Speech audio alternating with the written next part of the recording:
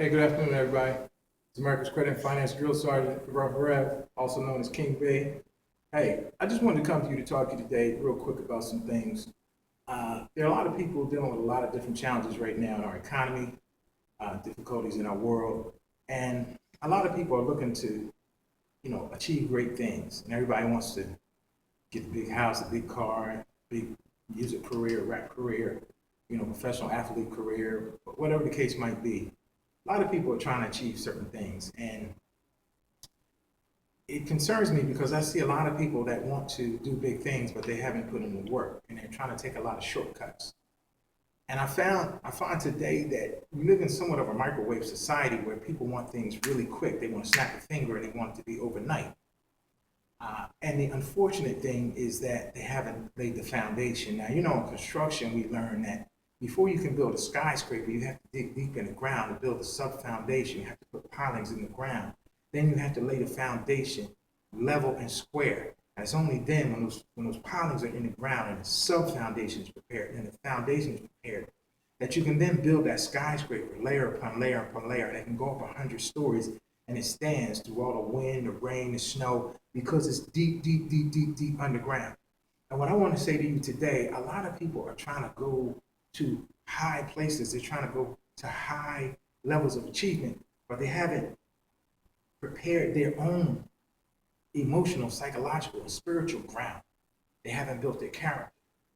And the one thing that I realized, I went through a period in my life where I lost everything. I had a business partner that stole $100,000 from me. I lost my business. I lost my home. I ended up sleeping in my $30,000 Navigator, the most expensive bed I ever had, by the way. And I remember being out there. It was like a wilderness. I felt like one of the old prophets in the Bible days. The Bible said, foxes have holes in the ground, the birds have a nest in the air, but the Son of Man don't have nowhere to lay his head. I had nowhere to lay my head. I had nowhere to sleep. I went from parks to different places behind commercial areas and abandoned buildings, abandoned malls, and I was in a wilderness of sorts. But in that wilderness, I had visitations from angels. I had visitations from the Spirit of God. And in that wilderness, the strange thing is, in the wilderness, I became strong. See, nobody wants to go to the wilderness. Nobody wants to go to the place of desolation where there's no food, where there's no flat screen, where there's no cell phone, where there's no video games, where there's no all-you-can-eat buffet, where there's no McDonald's, where there's no carry-out, Eddie's, and all, where there's no hot wings with Momo sauce, like we used to say in D.C. Nobody wants to go to those places where they don't have all the creature comforts. And most people are running away from the difficult place. They're running away from the wilderness. But I submit that you need to go to the wilderness. That's the place you need to go. That's the place your heart and your soul and your courage and your determination is going to be molded. It's going to be tempered like iron in a fire.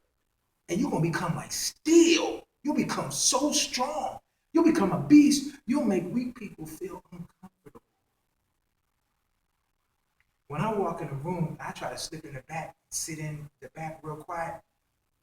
Every sissy ass man in the room knows a real man just walked in because the energy just shifted and changed. And it was because of those things that happened to me in the wilderness. So most people are avoiding the wilderness, but that's where you need to go. A great man once said, if you want to achieve and excel beyond your wildest dreams, look at what the rest of the world is doing and do the exact opposite. And I submit to you that when you begin to do this, your friends and family are going to think you're crazy. People are going to say, why are you doing that for? Why are you always going over there? Oh, that ain't going to work. Well, just because they failed, they want to rain on your parade. I say to you, in the wilderness, you're going to see lions and tigers and bears. Oh my. I remember being in the wilderness one night in Prince George's County, Maryland, out in my car, sleeping behind this old abandoned commercial area. And I remember waking up and two PG County cops had their 9mm pointed in my face. Don't move, don't move, don't move. I had been through so much shit in my life. I sat up real calm and cool. I said, is there a problem, officers? They look at each other like, he's not even scared. I said, all the stuff I've been through.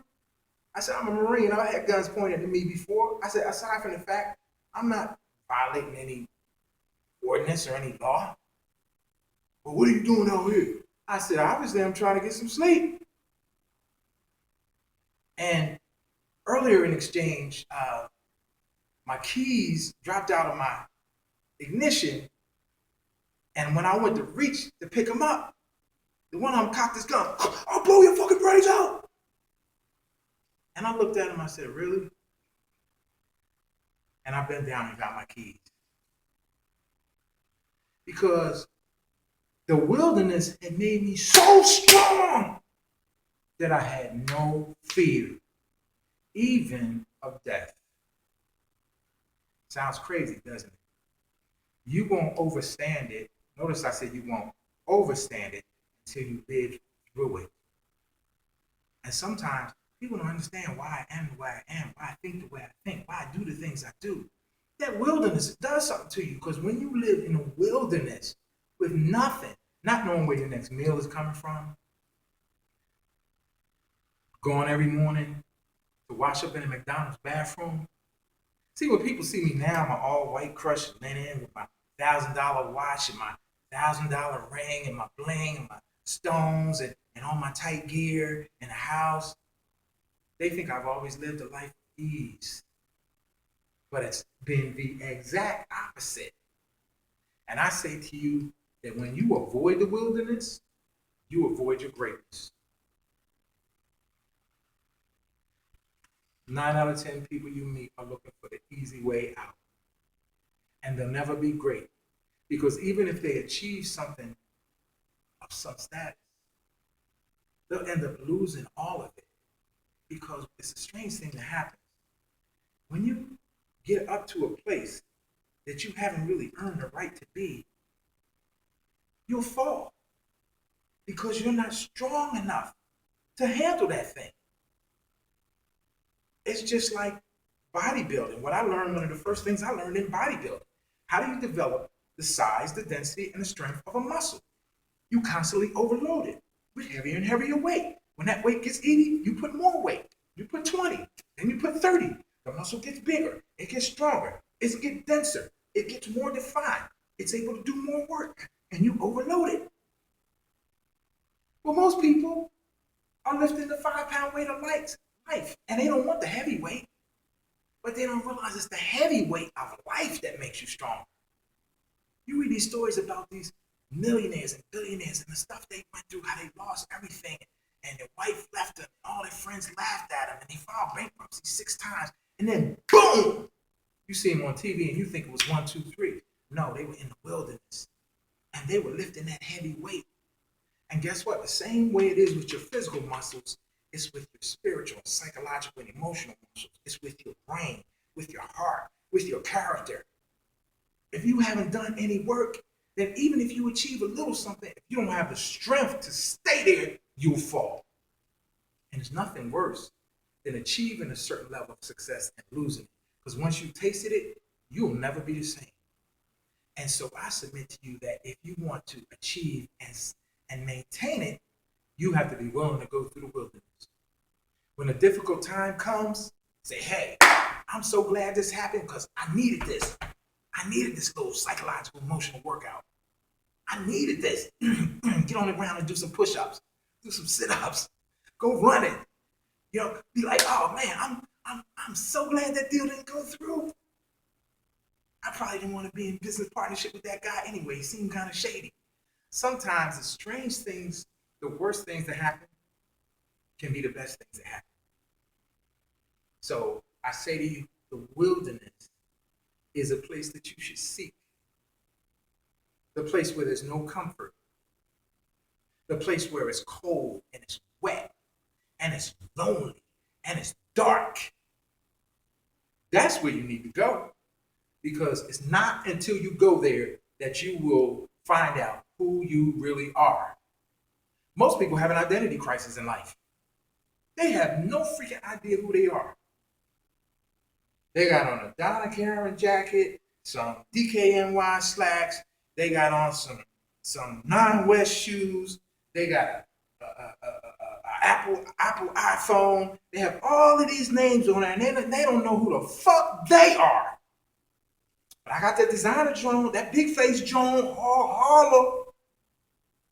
And I say to you, that's a sad place to be when you're walking around with all these names on you and you don't even know who you are.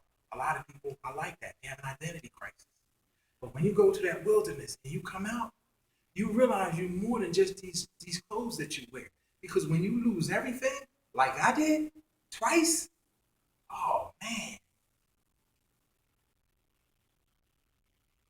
you become a beast because when you lose everything, you live through it, and you come back, and you realize you all right. And you realize, wait a minute, I didn't die. And you realize I'm actually a better person. Oh, something happens in your makeup, in your at the level of DNA. You become a superhuman type individual because you realize that life tried to break you and you won. And see, really, if you really think about it, you go through those times. Whereas most people are running away from it. When you're willing to go through it, just like the Bible says, when you go through the fire, you shall come forth as pure gold. Now I ask you, would you rather be pure gold or would you rather be cheap plate, diamond plate, silver plate, gold plate? That looks good for a minute, but eventually, oh, that ain't real. What you're wearing, it turns your neck green. In any case, the wilderness. Wilderness. Seek the wilderness. I'm not saying you got to stay there, but go visit it. Visit the wilderness. Turn off your cell phone for one day. Can you survive? Can you make it? I was dating this young lady, and she was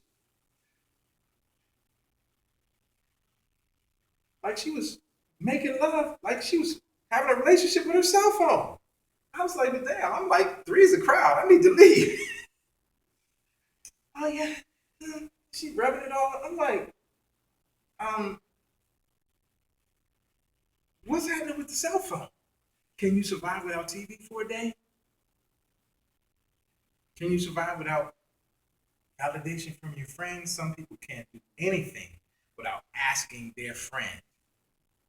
You need to go to the wilderness. Go to the place where there's nobody but you and the Lord. And whether or not you believe in him or not, oh, he's there. Trust and believe.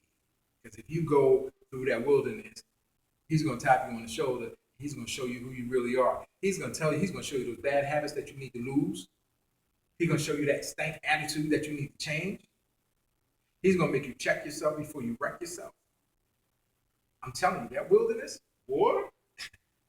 But once you make it through, you you have a revelation where you see things differently. So when you see people and you don't understand why they do what they do, 9 times out of 10 they do the wilderness. I remember watching this thing about this real big millionaire businessman. And one of his assistants came to him, Mr. Williamson, the deal went bad, and they said they're not going to sign the contract, and we're going to lose millions. The businessman was at his desk, writing. His glasses up and looked up. He said, really? He said, schedule a meeting anyway.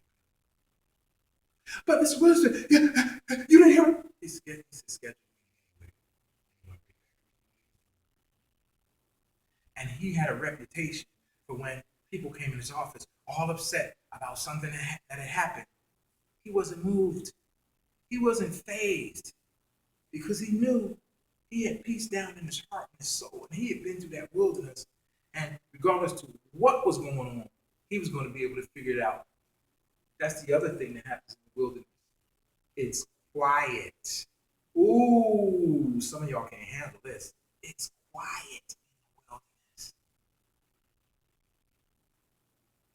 There's no background noise. There's no BET and VH1 playing. The radio's not playing. It's quiet, but in quiet is genius inside.